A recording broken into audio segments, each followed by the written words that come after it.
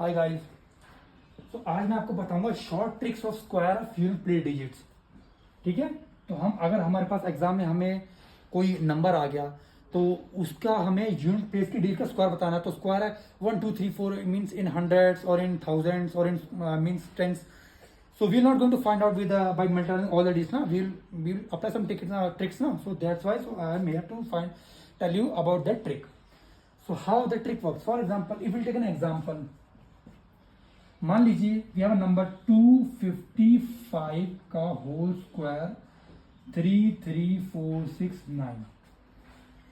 अभी उसने एग्जामिनेशन में क्या पूछा है कि 255 का होल स्क्वायर 33,400 ये पूछा है. ठीक है. तो हमें इसका स्क्वायर बताना है, क्या यूनिट प्लेस डिजिट का स्क्वायर बनाना है. तो हम क्या करेंगे, अभी हम ऐसे तो करेंगे नहीं 255 इंटू 55 इंटू 255 इंटू इतनी बार 33,460 टाइम्स, ऐसा तो करेंगे नहीं. इसका ट्रिक क्या होता है, whenever you have a number at the unit place ending means number ending at the unit place with 5, उसका स्क्वायर कितना भी हो, जो मर्जी चाहे, no need to addition on the square if the number is ending with the 5. okay, if the number is ending with the 5 तो उसका unit place का स्क्वायर 5 ही रहेगा. ये आप दिमाग में बिठा लो. If the number is ending unit place number is ending with 5, उसका यूनिट प्लेस का स्क्वायर कितना जितना मर्जी कर लो वो 5 ही रहेगा. सो आंख बंद करके 5 पे टिक कर देना, 5 लिख देना. Okay. Secondly, if the number ending with this square, any number with it square ending with 0, any number with it unit place ending with 0 है, उसका कितना भी स्क्वायर हो, उस नंबर का स्क्वायर 0 ही रहेगा. There is no changement, nothing is there, just you have to keep attention whether it is 0 or 5. If there is a 0, put 0. If there is a 5, put 5. One more thing, if the number is here, it is 1. Yet also, that number will remain same 1. 1 का आप कितना भी square कर लो, it will remain the 1. 0 का आप कितना भी square कर लो, it will remain the square 0.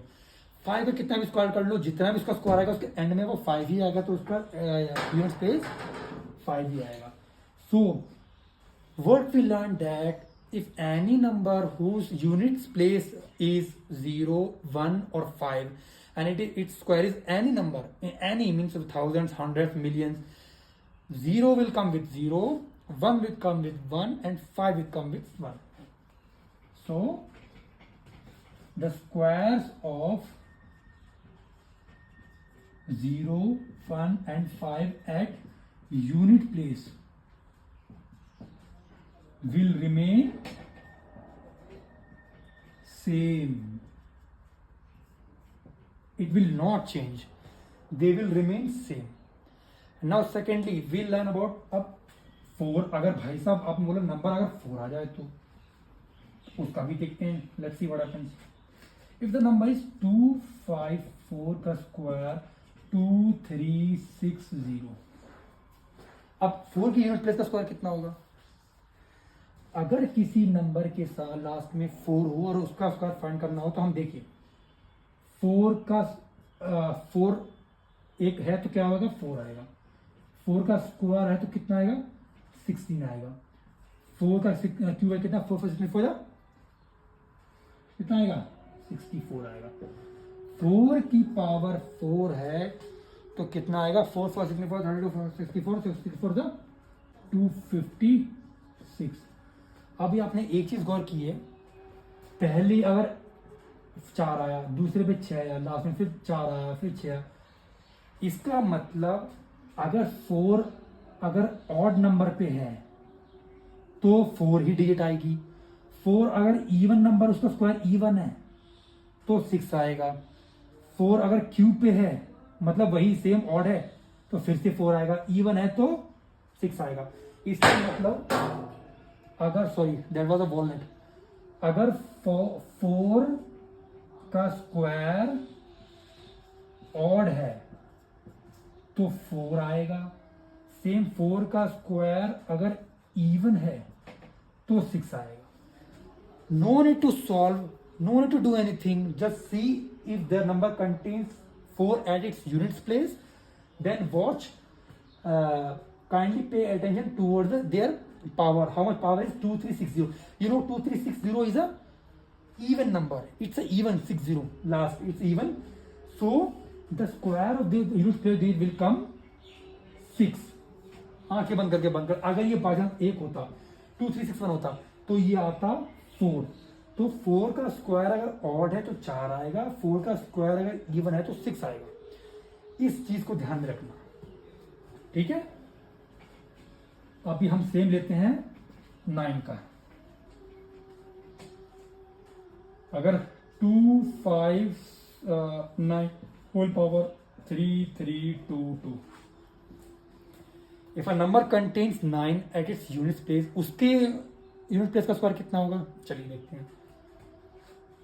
9 की पावर 1 कितना होता है 9, 9 की पावर 2 कितना होता है 81, 9 की पावर क्यूब कितना होता है 729, 9 की पावर 4 कितना होता है 6561।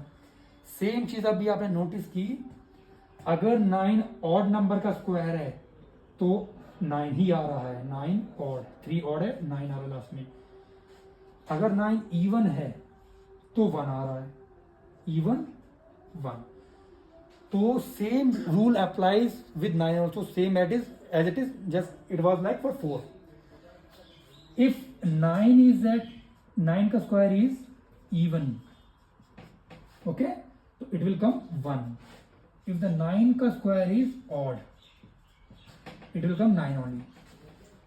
सो किसी भी question if they are asking that tell the unit place square of this number, then watch the number contains 9 at its unit place, उसके बाद में उसका स्क्वायर कैसा है, ये इवन है, इवन है तो क्या आएगा 1 आएगा। आंख बंद करके just tick on 1। If it is odd 23 7 9 anything, या तो ये आएगा हमारा 9, ऑड है तो 9 ही आएगा, आंख बंद करके। सो हमने आज 2 चीजें लर्न की है। अगर क्वेश्चन हमारे पूछता है यार, if question is asking that square of unit place digit, so we learned today that the unit place digit square if the number is 0 1 और 5 तो unchanged वही रहेगा, number will be same. If unit place digit में square का पूछा है तो 0 है लास्ट में यूनिट प्लेस पे तो 0 रहेगा, 1 है तो 1 रहेगा, 5 है तो 5 ही रहेगा। बट अगर उसकी जगह 4 है या 9 है तो इन केस में एक रूल क्या है, अगर 4 ऑड पे है, ऑड पे तो 4 आएगा, इवन पे है तो 6 आएगा। 9 के केस में क्या है, अगर 9 ऑड पे है तो सेम 9 आएगा, इवन पे है तो 1 आएगा। इतना याद रख लो। You don't, no need to have to means solve the question, just see this value, evaluate in your mind and just put and tick on the options which is valuable at that time, okay। बच्चे क्या करते हैं, ऐसे question को छोड़ के आते हैं, वो सोचते हैं इनको सॉल्व करना पड़ेगा इतना hi fi, but they don't know the trick, that's why they just reject the question. तो अगर आप, मैं होप करता हूँ अगर आपको लाइफ में अगर आगे से कोई एग्जाम में ऐसा क्वेश्चन आएगा तो आप you will do it easily without any means declining it, without any just rubbing it. So this is the question, 0 5 1 same रहेंगे, 4 ऑड पे तो 4 आएगा, 4 इवन पे 6 आएगा, 9 ऑड पे तो 9 और 9 इवन पे तो 1 आएगा। Thank you guys, thank you for watching, listening and studying with me. जय हिंद, जय भारत।